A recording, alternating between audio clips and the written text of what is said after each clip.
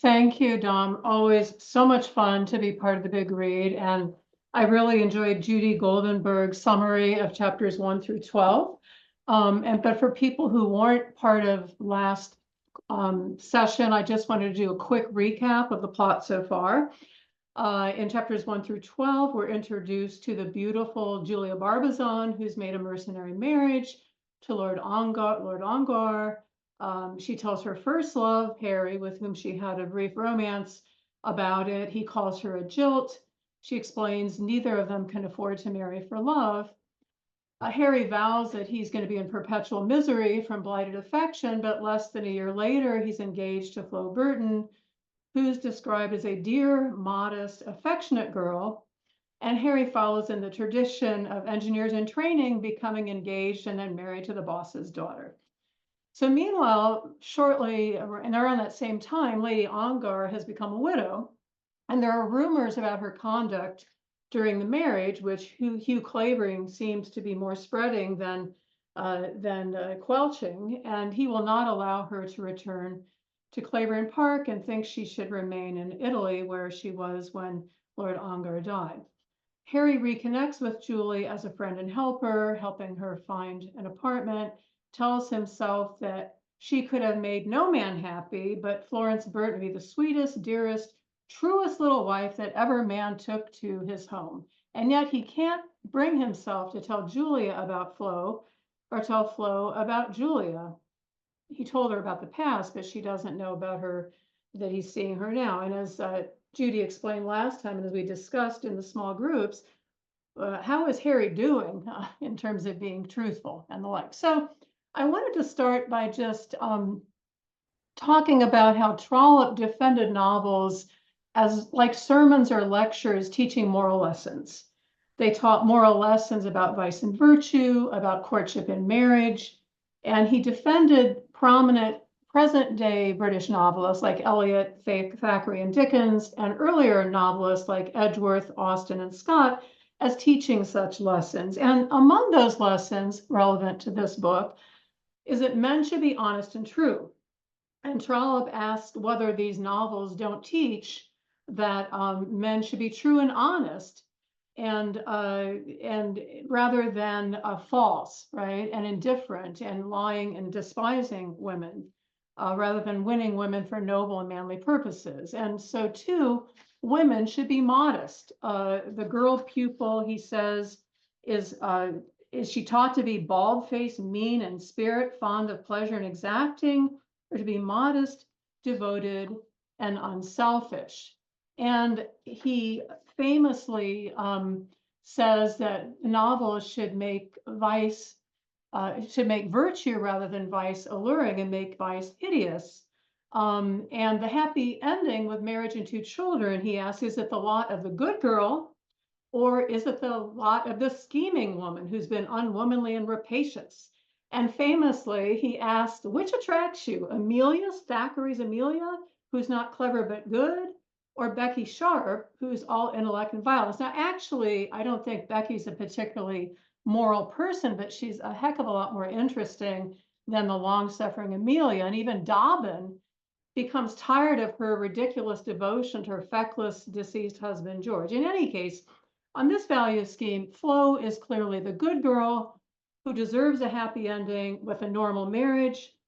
Julia, as Trollope describes in his autobiography, has married a man who's old, disreputable, and more debauchee, and she married him manifestly for money and rank, and she doesn't even pretend she's making the marriage for any other reason. So she's already had an unhappy marriage rather than a normal marriage, and her vice-filled husband has met an early death. But we ask, is she entirely bad? And when you look at what his critics thought about Julia, you'll see that they found her by far the most interesting of the characters in the book and one of the most charming women that Trollope had ever sketched. And one even said, sure, she marries for money, but this is just an example of Trollope's close reproduction of the actual way of the world. And another reviewer points out how, finding herself a rich widow, she thinks maybe sunshine will fall on her path by allowing her to share her wealth with Harry, and that noble aspirations, generous sentiments stir once more within her heart. So all this to say that Julia is no Becky Sharp, right? And she seems to have a lot of good qualities, even though she made this mercenary marriage.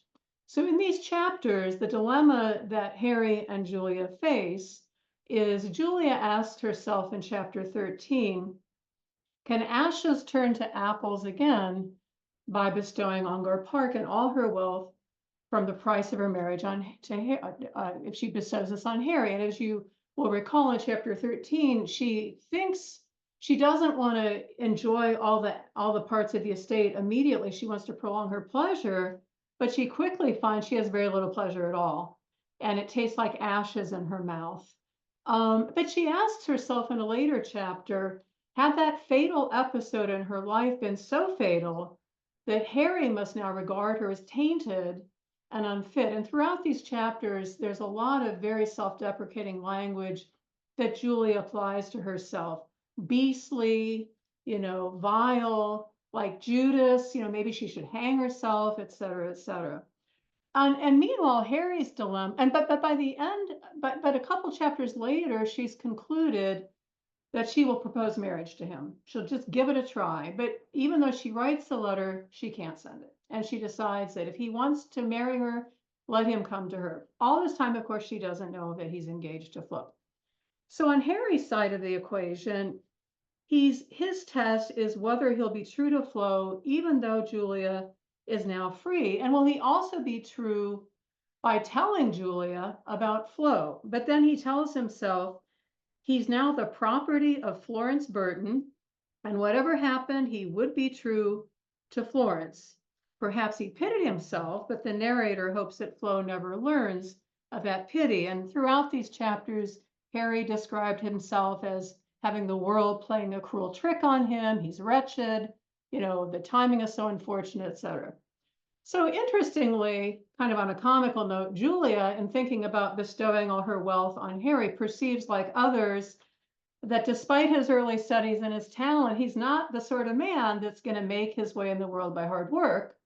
But with her income that she could give him, he might shine among the proud ones of his nation. And she's eager to give all this to him. But again, she can't really come forward and write the letter. So how does Harry do in these chapters? Not very well. By chapter 21, he has all but proposed marriage to Julia. He's at this crucial scene. This is the third or fourth time he spends time with her. He would have given all he had in the world if he'd never gone down to Stratton, where he met Flo. But yet he tells himself he won't become a villain. But when he gets to the point of asking her, is there anything that will comfort her, touches her hair, takes her hand, Trollope tells us that Harry understood it all, and the reader will also understand it. He knew how it was with her, and he knew at this instant he was false almost equally to her and to Florence. And even as Julia says that they have to be like brother and sister, or their old love is gone and they're like friends, he takes her in his arms, holds her closely to his bosom, presses his lips to hers and said, yes, yes, it shall be so, ever so, always so. Now, if you compare this scene with marriage proposal scenes in other Trollope novels, this step of taking a woman in your arms, holding her close and kissing her, pretty much is like what happens with a lot of these marriage proposals. Now, Sophia Gardeloup interrupts, so further words are not spoken, and Harry's relieved about that, but he still concludes enough has happened that he considers himself engaged to two different women. And if you remember the old song, Torn Between Two Lovers, Feeling Like a Fool, well, Harry doesn't feel too good. He doesn't feel very joyous. And at this point, he realizes someone has to lose. And he doesn't feel that he could possibly be untrue to Florence by freeing himself from the marriage contract. Like one step could have been, as he sometimes contemplates, saying to Florence, my first love has come back. I always loved her. I never stopped loving her. and just write a letter to her along those lines. But then as he reflects on it, he decides that Julia is the one who's got to be sacrificed, his love for Julia as well. So he now has to tell Julia that he simply insulted her when he kissed her and said those things, and he must rob her of contentment because in that chapter when they part, no words are spoken because Sophie Gardeloup is there, but the look Julia gives him seems to say, thank you, you've remedied all my problems. And she seems to understand that even though she's said no, he loves her still and he wants her to be his, et cetera, et cetera. So Trollope, the former postal officer who's constantly writing about letters, says that Harry just can't write either of these letters. He can't write to Flo, he can't write to Julia. And his sister says, is there anything wrong between you and Flo? And initially Harry denies it, but then I think he later admits that there is a problem, but he can't be really fixed. Okay. So in the midst of all this, we have the comic relief provided of Captain Boodles giving wooing advice to Archie, the brother of Hugh, who doesn't have a whole lot to offer as a man or as a husband, but Hugh has conceived a scheme that Archie could marry Julia and get that wealth, and that would bring Julia back to Clavering and also take Archie off Hugh's hands. Now, in Trollope's autobiography, when he evaluates all the books he'd written up to that point, he says that the chief merit of the Claverings is a genuine fun of some of the characters. Humor, he said, has not been my forte, but I think that Captain Boodles, Archie Clavering, and Sophie Gordeloup are humorous. And in chapter 18, Let Her Know You're There, he engages in rather bawdy humor as Boodles advises Archie about how to break a mare rather than a young filly, and even says, ride her with spurs, let her know you're there. Now, Trollope often uses bawdy jokes in his writing. Think back to Plantagenet when he discovered a new vein flowing in his body that he'd never discovered before upon seeing Lady Dumbello. Margaret Markwick suggests that these are often very ambiguous, they have a lot of ambiguity, and many have horse riding and horse trading associations. You might remember in Phineas Finn that Violet Effingham, when Laura Kennedy suggests that she should marry her brother and reform him, Violet expresses great concern about having to reform a man because she herself is a type of person who might ride on the wrong side of the post, right? And so these horse metaphors are often used. And Trollope also compares Julia and Archie as horses, with Archie realizing he's by far the lighter of the two. Julia is much more substantial. And Trollope observes that somehow men like Archie are able to assess their own weight and shove themselves aside as being too light for any real service in the world. And yet he's emboldened through Captain Boodle's expressions of advice to try. Now, I mentioned that this is bawdy humor, but at least one critic thought there was a moral point to it and said, this shows just how just a retribution women who act as Julia Barbizon bring on themselves by being made the subject of such coarse speculation. So that's what a critic said in 1867. I don't know if we'd say the same thing in 2025, because after all, she married for money. But despite the rumors that somehow she was unfaithful to Lord Ongar, it's made pretty clear in these chapters that this was all stuff on Lord Ongar's part to try to stir up rumors about her and rid himself of her somehow, even trying to implicate her with Count Pateroff. We have more comic relief when Archie makes his first attempt on Julia, and here's an illustration from the book with Sophie Gordeloup on one side and Julia in the middle.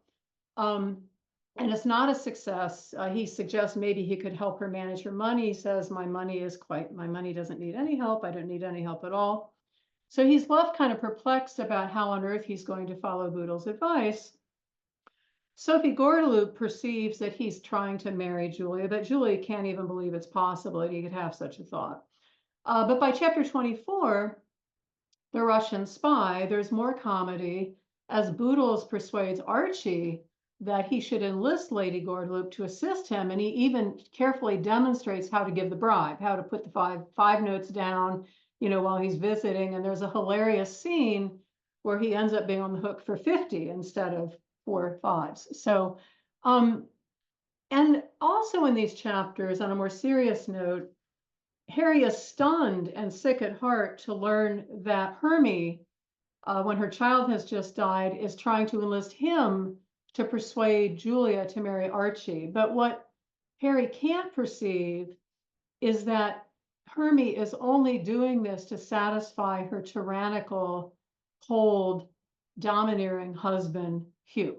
Trollope tells us he didn't see that she was only scheming to bring peace to the household. And Julia has described Hermie as Hugh's body slave and Archie as his other body slave, even though Hugh doesn't want Hermie near. And we see a portrait of a fairly tyrannical and unhappy marriage here. Now, also in these chapters is a crucial scene between Count Pateroff and Harry, who's been deputized to try to get Pateroff simply to send whatever papers he has to the lawyers. So Harry attempts to do this without a lot of success, as Trollope writes in autobiography, that the Pateroff dispenses with the young hero's interference in a somewhat masterful manner. Now, in this scene, we learn about the Count's appetite and his pleasure in good food, that he pities men who can't digest, and has a sort of long soliloquy about good digestion being the metaphor for everything in the world, beginning with Adam and Eve. And it's interesting, this focus on appetite, because appetite is used also to describe Sophie Gordeloup and as liking the good things and liking to have other people like the good things and presumably share them with her. And Julia describes Lord Ongar, Hugh Clavering, and Count Pateroff as all being hard as stone and desirous only of indulging their own appetites, although she admits that Count Pateroff is by far the best man among them. Now, there's tragedy in these chapters too, and this is an illustration where Hermie is attempting to comfort Hugh Clavering after the death of their son, which had stricken Hugh very hard, because after all, he lost his only heir. Other than Archie, of course, if he fails to have more children. And when she ventures to put her arm on him and try to say, the Lord giveth and the Lord taketh away, he raises his hand and moves hers from his person. He did it gently, but what was the use of such nonsense as that? And he says, that's all very well in its way, but of what special use is of it now? I hate twaddle. And whenever anyone tries to comfort him, including the rector and Archie, he dismisses as a twaddle, and he has no patience for it. And when she says, oh, Hugh, what could we do? It was not our fault. He says, who's talking of fault? He was always poor and sickly. But then he goes on to say the Claverings generally have been strong, implying that maybe her family is the one with the weakness. Now, Trollope says about this scene, there's a wife whose husband is a brute to her, who loses an only child as heir, and who is rebuked by her lord because the boy dies. Her sorrow is, I think, pathetic. I think what she means is he skillfully portrayed her sorrow. Now, what did this child die of? We learn they lost another child when the child was only 1.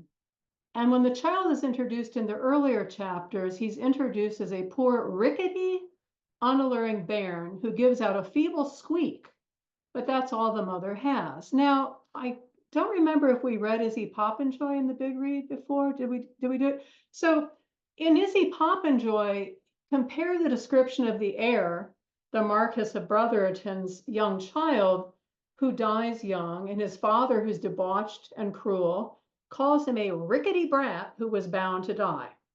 And the Marquis himself seems to have tertiary syphilis based on the description of his physical condition and his death. And Margaret Markwick suggests in New Men in Trollope's novels that rickety is a clue since children born to syphilitic parents had poor bone construction and failed to thrive. Now, if that's the case, then it suggests that Hugh must have somehow passed on syphilis to the child. At this time of the 19th century, there's not a whole lot of scientific understanding of syphilis, but this depiction of the rickety child is a pretty strong clue. And along those same lines, Markwick suggests that Lord Ongar may well have died of syphilis as well as alcohol. And one of the fact that Trollope describes him as bald, which can have a perfectly normal cause too, but it can be a symptom or side effect of syphilis. His penchant for wiggery, that is appearing with a black wig on, suggests concealment. And Trollope can't say what misfortune made him bald. He's thin, weak, and physically poor, conditions that have been made worse by hard living. He's a worn-out debauchee. Sophie Gorloop calls him an old roue. Harry calls him a rich, debauched, disreputable lord. And Markwick compares Lord Ongar with the Marquis, as well as Louis Satchard, the son, in Dr. Thorne, where Trollope exploits the similarity between the advanced symptoms of syphilis and those of excessive alcohol consumption. And so, to the extent that these novels might have been read by the entire family circle, the adult mind could make these connections, but a younger, more innocent reader might simply think this is a lesson in the perils of alcohol consumption.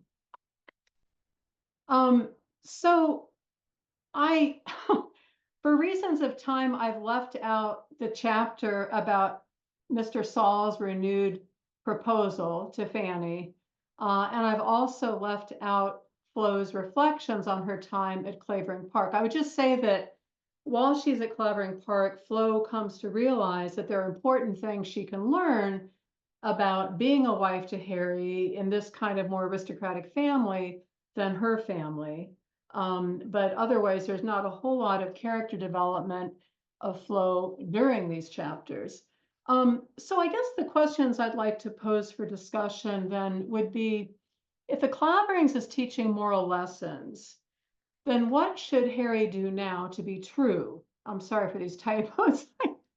Spell check didn't catch everything.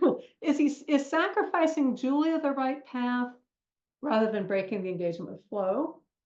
If the Claverings is teaching moral lessons, then how do you think readers in 1867 assess Julia's mercenary marriage and her proper punishment? Because she continually talks about her punishment for this mercenary marriage, versus how we in 2025 would assess her choices and her future. And do you think Flo is clearly the wife most fit for Harry?